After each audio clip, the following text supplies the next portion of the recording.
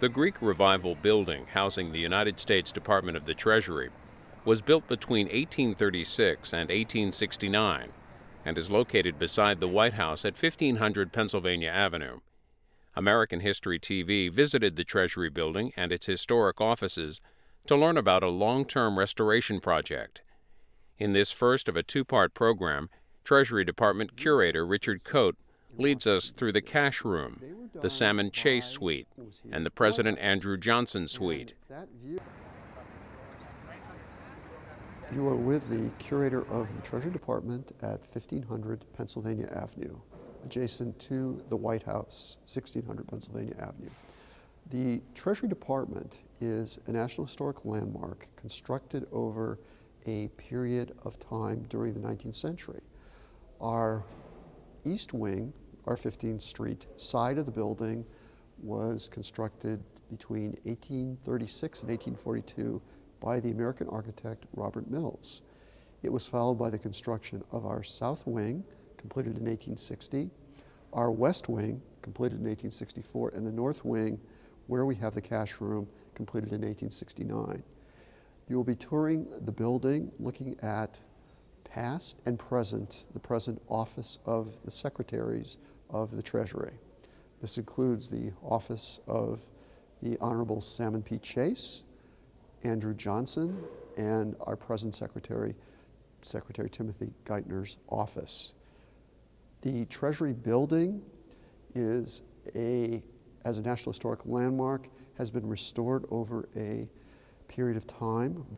The Office of the Curator was set up by Secretary James Baker in 1986.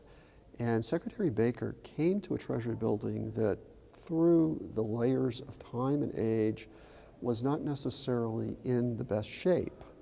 Yet Baker saw within the Treasury building very, very important spaces. Not only the cash room, a marble hall, which through the ages had suffered some abuse, but also offices that had history. The history of the offices was actually first recognized by another secretary, Secretary Andrew Mellon. He would go on, essentially, with his collection of artwork to form and find the National Gallery of Art.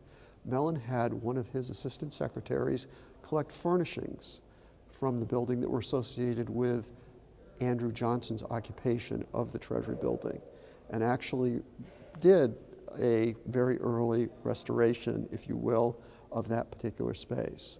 Since the Office of the Curator was established, we were able to restore former secretaries' offices. In the cases of Salmon Chase, it was his occupancy in 1860. In the case of Johnson, it was the occupation of the president in 1865, following the assassination of Abraham Lincoln. Those spaces you will see. In doing our restoration activities, we're assisted by the Treasury Historic Association, a nonprofit group who raises funds for our efforts, and also previously by the Committee for the Preservation of the Treasury Building. That particular committee was the group that essentially spearheaded the restoration of the cash room. By restoration of the cash room, I'm referring now to this rather grand space that was completed in 1869, the site of the inaugural ball of Ulysses S. Grant, but also a room that was to function as a banking space. Following the inaugural ball, teller cages were put into the room, and at that point, until 1975, it functioned as a banking hall. And until 1975, you could walk into this room and redeem any government draft for cash. By a government draft, I also mean currency. The Treasury Department, through the Bureau of Engraving and Printing, prints currency.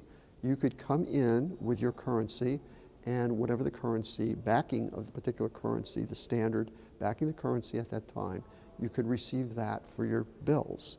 Whether it was the gold standard, you would receive gold, or the silver standard. In 1975, the room was essentially closed, and it was not until 1986 that the Office of the Curator, at that point being established, started the restoration of the cash room. The restoration of the cash room extended over a period of years.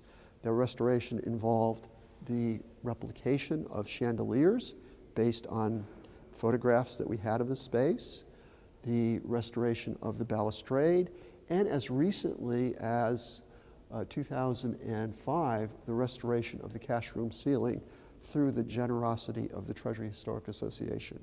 The cash room ceiling has a very, very richly gilt base. The individual shells and the egg and dart motif have a gold gilding that was put in by supervising architect Alfred Mullett when the room was completed in 1869.